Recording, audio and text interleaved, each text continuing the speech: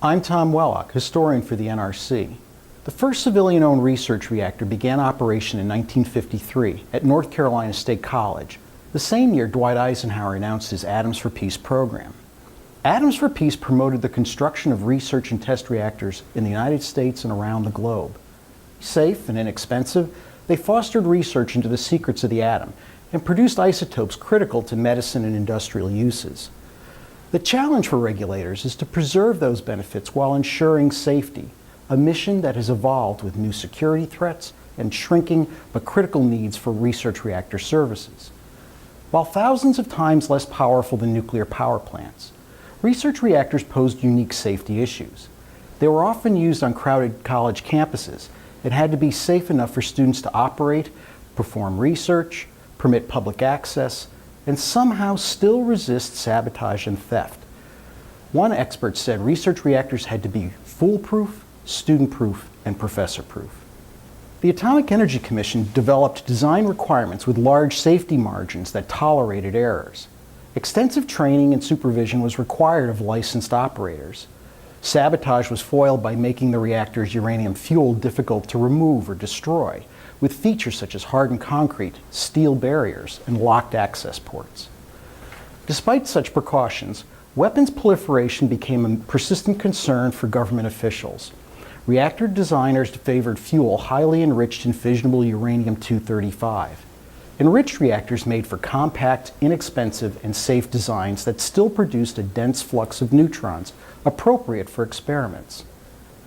Uranium-235, however, was also the stuff of atomic bombs. Initially, the AEC only permitted export of reactor technology with low enrichment, but in the 1960s it granted international requests to U.S. manufacturers for high-performance research reactors. The reactors needed only small quantities of enriched fuel, and it was believed that bilateral agreements and regular inspections would assure the used fuel would be returned to the United States. Events in the 1970s demonstrated the limits of this approach. India's 1974 detonation of a nuclear device was made possible with fissionable material taken from a Canadian-supplied research reactor. Given their already small size, most research reactors could be made more resistant to diversion by limiting their inventory of fuel. But lowering the fuel enrichment offered a more permanent solution. In 1978, the Department of Energy launched a program to develop a low-enriched fuel that met the performance needs of research reactors. In the U.S., operators of 20 research reactors whose mission didn't require highly enriched uranium opted to switch to the low-enriched fuel. The NRC supported this effort by developing guidance on fuel qualification and conversion. After the 9/11 attacks, the United States launched the Global Threat Reduction Initiative to accelerate the conversion to low-enriched fuel. 27 reactors around the world, including 6 in the United States, made this conversion, taking out of circulation enough fissionable material to make 20 crude bombs. The NRC also pursued enhancements against sabotage and theft with better staff background screening, access controls, security searches, and coordination with emergency responders.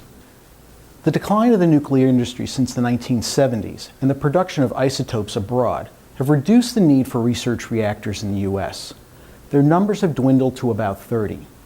This has increased the vulnerability of the nation's isotope supply for medical uses. The greatest concern is molybdenum-99, called Moly-99.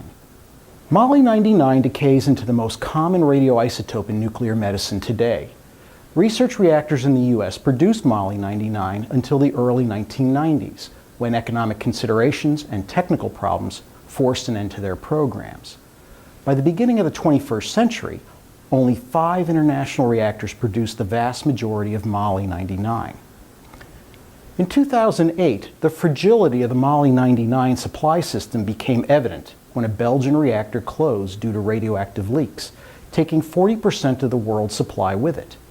A Canadian reactor accounts for much of the U.S. supply, but its government announced its aging facility would soon close. Most of the remaining reactors producing Moly-99 are more than 45 years old. Moly-99 can be produced in some U.S. research reactors, but production has typically used weapons-grade, highly enriched uranium. the Department of Energy has pursued a technical solution by signing cooperative agreements with domestic firms to develop Moly-99 from low-enriched fuel. The agreements aim to have operational Moly-99 facilities before the Canadian reactor closes. Research reactors were conceived of as simple, inexpensive, safe machines that could produce a multitude of benefits for education, research, and new products. Nuclear proliferation and terrorism, however, have made that simple goal complex. The NRC will need to ensure that research reactors operate safely in a new security environment.